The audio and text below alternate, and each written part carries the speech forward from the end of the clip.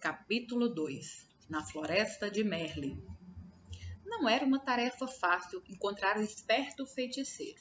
Havia muitas florestas onde procurar, mas apenas um Merlin. Então, o pobre cavaleiro cavalgou e cavalgou, dia após dia, noite após noite, tornando-se cada vez mais fraco. Enquanto cavalgava através das florestas, sozinho, percebeu que desconhecia tantas coisas. Ele sempre se imaginara muito sabido, mas não se sentia nem um pouco sabido tentando sobreviver na floresta. Relutante, admitiu para si mesmo que sequer sabia diferenciar os frutos venenosos dos comestíveis. Por isso, comer era um jogo de roleta russa. Beber não era menos arriscado. O cavaleiro tentou enfiar a cabeça dentro de um córrego, mas seu elmo se encheu de água. Por 2 vezes quase se afogou. Como se isso não fosse ruim o bastante, ele estava perdido desde que entrara na floresta. O cavaleiro não sabia distinguir norte de sul ou leste de oeste. Felizmente, seu cavalo sabia. Depois de meses buscando em vão, sentia-se totalmente desanimado. Embora tivesse percorrido muitas léguas, o cavaleiro ainda não havia encontrado Merlin. O que o fazia sentir-se pior era o fato de nem ao menos saber que distância uma légua representava. Certa manhã, acordou sentindo-se mais fraco do que de costume e com uma sensação estranha. Foi nessa manhã que encontrou Merlin. O cavaleiro reconheceu o mago imediatamente. Ele estava sentado debaixo de uma árvore, trajando um longo manto branco. Animais da floresta estavam reunidos à volta dele e havia pássaros empoleirados sobre seus ombros e braços. O cavaleiro balançou a cabeça melancolicamente de um lado para o outro e a armadura rangia com o movimento. Ele pensava: como era possível que todos esses animais encontrassem Merlin tão facilmente, se para mim era tão difícil? Exausto, o cavaleiro desmontou do cavalo. Estive procurando por você, ele disse ao mago. Há meses que estou perdido. Toda a sua vida, corrigiu o mago, arrancando com os dentes um pedaço de cenoura e repartindo-o com o coelho que estava mais próximo. O cavaleiro enrijeceu. Não vim de tão longe para ser insultado. Quem sabe você sempre tenha considerado a verdade um insulto? Disse Merlin, compartilhando a cenoura com alguns dos outros animais. O cavaleiro também não ficou muito feliz com esse comentário, mas estava fraco demais, com fome e sede, para montar novamente em seu cavalo e sair cavalgando. Em vez disso, deixou cair sobre a grama o seu corpo aprisionado em metal. Merlin olhou para ele com compaixão e disse: Você é um grande felizardo. Está fraco demais para fugir. O que quer dizer com isso? Perguntou o cavaleiro. Merlin sorriu em resposta. Uma pessoa não pode fugir e aprender ao mesmo tempo. Ela precisa permanecer algum tempo no mesmo lugar. Ficarei por aqui somente o tempo necessário para aprender a me livrar dessa armadura, disse o cavaleiro. Quando você aprender isso, afirmou Merlin, nunca mais precisará montar em seu cavalo e sair cavalgando em todas as direções. O cavaleiro estava muito cansado para questionar isso. De algum modo, sentiu-se confortado e pegou no sono prontamente. Quando acordou, viu Merlin e os animais que estavam à sua volta. Tentou sentar, mas estava sem forças. Merlin lhe ofereceu um cálice prateado que continha um líquido de cor estranha. Beba isso, ele ordenou. O que é isso? Perguntou o cavaleiro, olhando para o cálice com suspeita. Você é tão medroso, disse Merlin. É claro, é por isso que veste essa armadura. Como estava com muita sede, o cavaleiro preferiu não contrariar o mago.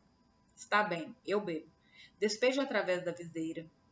Isso não, disse Merlin. Esse líquido é precioso demais para ser desperdiçado. Então, ele arrancou um bambu, colocou uma ponta dentro do cálice e enfiou a outra por um dos orifícios da viseira do cavaleiro. Que grande ideia, disse o cavaleiro. Chamo isso de canudo, replicou Merlin. Por quê? Por que não? O cavaleiro encolheu os ombros e sorveu a bebida com o canudo. Os primeiros goles pareciam amargos, os seguintes mais agradáveis e os últimos absolutamente deliciosos. Agradecido, o cavaleiro devolveu o cálice a Merlin. Você deveria colocar este produto à venda. Poderia vender jarros dele. Merlin apenas sorriu. O que é essa bebida? Perguntou o cavaleiro. Vida, respondeu Merlin. Vida? Sim, disse o mago, o sábio mago. Não parecia amargo no início? E depois, enquanto você provava mais, não ia se tornando agradável? O cavaleiro concordou. Sim, os últimos goles eram absolutamente deliciosos. Foi quando você começou a aceitar o que estava bebendo. Você quer dizer que a vida é boa quando a aceitamos? Perguntou o cavaleiro. E não é? Replicou Merlin, levantando uma sobrancelha em sinal de divertimento. Você espera que eu aceite toda essa pesada armadura? Ah, disse Merlin, você não nasceu com ela. Foi você quem a vestiu. Será que alguma vez já se perguntou por quê? Por que não? Retorquiu o cavaleiro, irritado. Nessa altura, sua cabeça começava a doer. Ele não estava acostumado a pensar dessa maneira. Você terá condições de pensar melhor quando recuperar suas forças, disse Merlin. Com isso, o mago bateu as mãos e os esquilos, carregando nozes em suas pequenas bocas, enfileiraram-se diante do cavaleiro. Um de cada vez, os esquilos subiram até o ombro dele e, após quebrarem e mascarem as nozes, enfiaram os pedaços pela viseira do cavaleiro. Os coelhos fizeram a mesma coisa com cenouras, e o veado esmagou raízes e frutos para o cavaleiro comer. Claro que esse método de alimentação nunca seria aprovado pelo Departamento de Saúde de nenhum reino.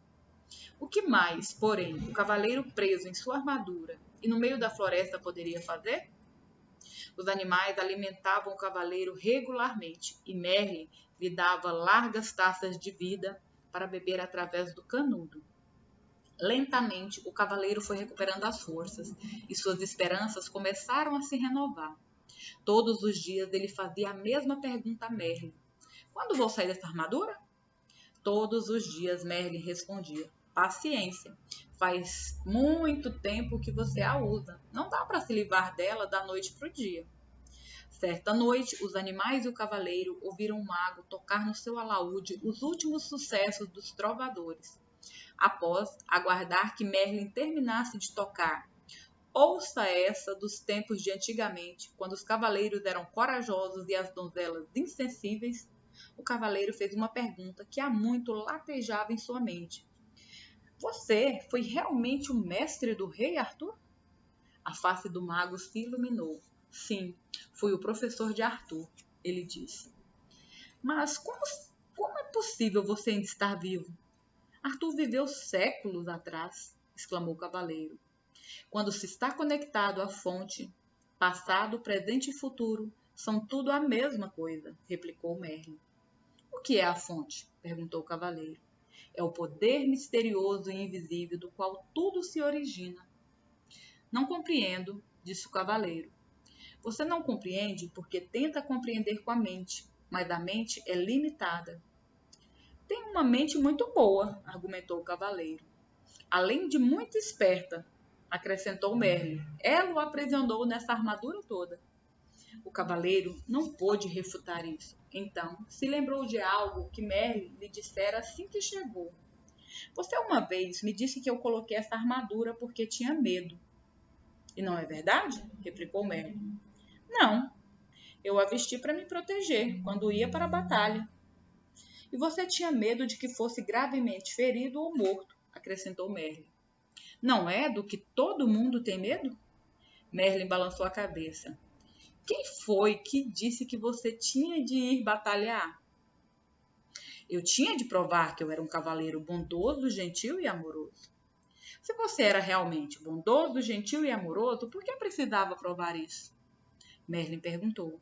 O cavaleiro fugiu de pensar sobre isso, na sua maneira usual de fugir das coisas. Entregou-se ao sono. Na manhã seguinte, ele acordou com um estranho pensamento martelando sua cabeça. Seria possível que ele não fosse bondoso, gentil e amoroso? decidiu perguntar a Merlin. O que você acha? Merlin lhe devolveu a pergunta. Por que você sempre responde com outra pergunta? E por que você sempre busca nos outros as respostas às suas perguntas? O cavaleiro saiu pisando o chão com força, furioso, xingando Merlin com voz abafada. Esse Merlin, ele resmungou. Algumas vezes ele realmente entra debaixo da minha armadura.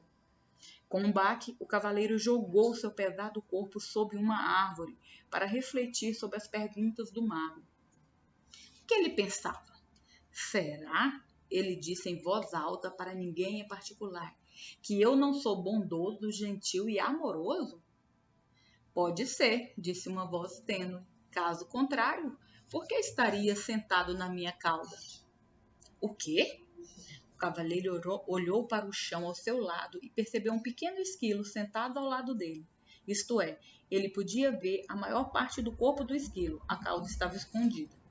Oh, desculpe, disse o cavaleiro, movendo rapidamente a perna para que o esquilo pudesse reaver a cauda. Espero não o ter machucado. Não consigo enxergar muito bem com essa viseira na minha frente. Não tenho dúvida disso, replicou o esquilo, sem qualquer ressentimento na voz. É por isso que você tem de ficar pedindo desculpa às pessoas depois de machucá-las. O que me irrita mais do que um mago atrevido é um esquilo atrevido, resmungou o cavaleiro. Eu não tenho de ficar aqui e falar com você. Ele começou a peleja contra o peso da armadura para tentar colocar-se em pé. Subitamente, espantado, ele deixou escapar.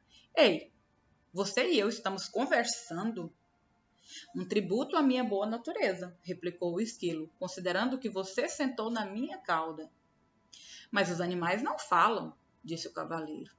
Oh, com certeza falamos, disse Esquilo. As pessoas é que não escutam. O cavaleiro balançou a cabeça desnorteado. Você já falou comigo antes? Certamente. Toda vez que eu quebrava uma noz e a enfiava através da sua viseira. Como é possível que eu esteja ouvindo você agora, se antes não ouvia? Admiro uma mente inquisitiva, comentou o esquilo. Mas será que você nunca aceita as coisas como elas são? Simplesmente porque é assim? Você está respondendo às minhas perguntas com outras perguntas, disse o cavaleiro. É tempo demais que você tem passado junto de Merlin. E você não tem estado junto dele tempo suficiente. O esquilo chicoteou de leve o cavaleiro com a cauda e subiu ligeiro por uma árvore. Espere, qual o seu nome? O cavaleiro perguntou ao esquilo. Esquilo. Ele respondeu muito simplesmente e desapareceu em meio aos galhos mais altos. Surpreso, o cavaleiro balançou a cabeça. Será que tudo não passara de imaginação? Neste momento, ele viu Merlin se aproximando. Merlin, tenho de ir embora daqui. Estou começando a falar com esquilos. Esplêndido, replicou o mago. O cavaleiro parecia preocupado. O que você quer dizer com esplêndido? Apenas isso. Você está se tornando sensível o bastante para sentir as vibrações dos outros. O cavaleiro estava obviamente confuso. Então Merlin continuou a explicar. Você não falou com o esquilo em palavras, mas sentiu as vibrações dele e as transformou em palavras. Mal posso esperar o dia em que você começará a falar com as flores. Nesse dia você as plantará sobre a minha sepultura. Preciso sair dessa floresta. Para onde iria? De volta até Juliet e Christopher. Eles estão sozinhos há muito tempo. Tenho de voltar e tomar conta deles. Como você pode tomar conta deles se não consegue nem tomar conta de si mesmo? Merlin perguntou. Mas sinto falta deles, lamentou-se o cavaleiro. Quero voltar para eles de qualquer maneira. E é exatamente assim que estará voltando, se você for com essa armadura, advertiu o mago. O cavaleiro olhou para Merlin com tristeza. Não quero esperar até retirar esta armadura. Quero voltar agora e ser um marido bondoso, gentil e amoroso para Juliet e um bom pai para Christopher. Merlin balançou a cabeça compreensivamente. Em seguida, disse ao cavaleiro que voltar para dar de si seria um adorável presente. Entretanto, um presente para ser um presente tem que ser aceito. Caso contrário, torna-se um obstáculo entre as pessoas, acrescentou o mago. Você quer dizer que eles poderiam não me querer de volta? Perguntou o cavaleiro surpreso. É claro que eles me dariam uma nova chance. Afinal de contas, sou um dos maiores cavaleiros do reino. Talvez essa armadura seja mais espessa do que parece, disse Merlin gentilmente. O cavaleiro refletiu sobre isso. Ele lembrou as intermináveis queixas de Juliet sobre suas constantes idas às batalhas, sobre a atenção que dispensava a armadura e sobre a viseira fechada e seu hábito de abruptamente ir dormir para impedi-la de continuar falando. Talvez Juliet não o quisesse de volta, mas Christopher com certeza quereria. Por que não manda um bilhete para Christopher perguntando o que ele acha? Sugeriu Merlin. O cavaleiro concordou que essa era uma boa ideia, mas como fazer o bilhete chegar até Christopher? Merlin apontou para o pombo empoleirado no seu ombro. Rebeca o levará. O cavaleiro ficou intrigado. Ela não sabe onde eu moro. É apenas um pássaro idiota. Posso diferenciar norte de sul e leste de oeste, emendou Rebeca, que é mais do que posso dizer de você. O cavaleiro prontamente se desculpou. Ele estava completamente abalado. Não apenas tinha falado com um pombo e um esquilo, como os tinha deixado zangados com ele, tudo no mesmo dia. Por ser um pássaro com um coração generoso, Rebeca aceitou as desculpas do cavaleiro e alçou o voo, levando no bico o bilhete que ele apressadamente escrevera para Christopher. Não arrule para pombos desconhecidos ou você deixará o bilhete cair. O cavaleiro gritou para ela. Rebeca ignorou essa insensata observação, compreendendo que o cavaleiro tinha muito que aprender. Uma semana se passou e Rebeca ainda não havia retornado. O cavaleiro estava ficando cada vez mais ansioso, temeroso de que ela tivesse se tornado presa de um dos falcões caçadores que ele e outros cavaleiros haviam treinado. Um tremor percorreu seu corpo ao pensar como podia ter participado de esporte tão maldoso. Quando Merlin terminou de tocar alaúde e cantar. Se você tem um coração pequeno e frio, seu inverno será longo e frio. O cavaleiro expressou sua preocupação com Rebeca. Merlin tranquilizou o cavaleiro, criando um curto e alegre verso. Um pombo tão esperto e que voa tão bem, não acabará cozido na panela de alguém. Subitamente, um intenso palavreado brotou de entre os animais. Como eles todos estavam olhando para o céu, Merlin e o cavaleiro olharam também. Bem acima deles, circulando em busca de um lugar para pousar, eles viram Rebeca. O cavaleiro pelejou para ficar em pé, justo quando Rebeca arremeteu até o ombro de Merlin, tirando o bilhete de seu bico. O mago olhou de relance e disse solenemente ao cavaleiro que era da parte de Christopher. Deixe-me ver, disse o cavaleiro, pegando ansiosamente o papel. Seu queixo caiu com um rangido, enquanto ele olhava o bilhete sem acreditar no que via.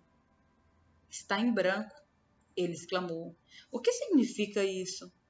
Significa, disse Merlin suavemente, que seu filho não sabe bastante a seu respeito para lhe dar uma resposta. O cavaleiro ficou ali parado um tempo, atordoado. Depois soltou um gemido e caiu lentamente ao solo. Tentou conter as lágrimas, pois cavaleiros com armaduras brilhantes simplesmente não choravam. No entanto, sua tristeza logo o subjugou. Exausto e meio afogado pelas lágrimas dentro do seu elmo, o cavaleiro então adormeceu.